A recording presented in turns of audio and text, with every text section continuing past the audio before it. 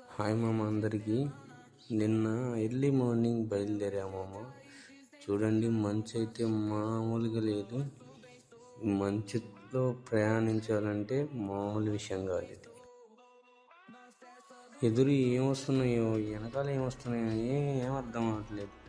అయితే మీరైతే జాగ్రత్తగా ప్రయాణించేటప్పుడు ఇలాంటి సమయాల్లో తప్పనిసరిగా సిగ్నల్స్ అనేది యూజ్ చేయండి మామ. ఎందుకంటే 99% మనం ప్రమాదం నుంచి జరిగే ప్రమాదాల నుంచి మనం సేఫ్ అవ్వచ్చు అన్నమాట.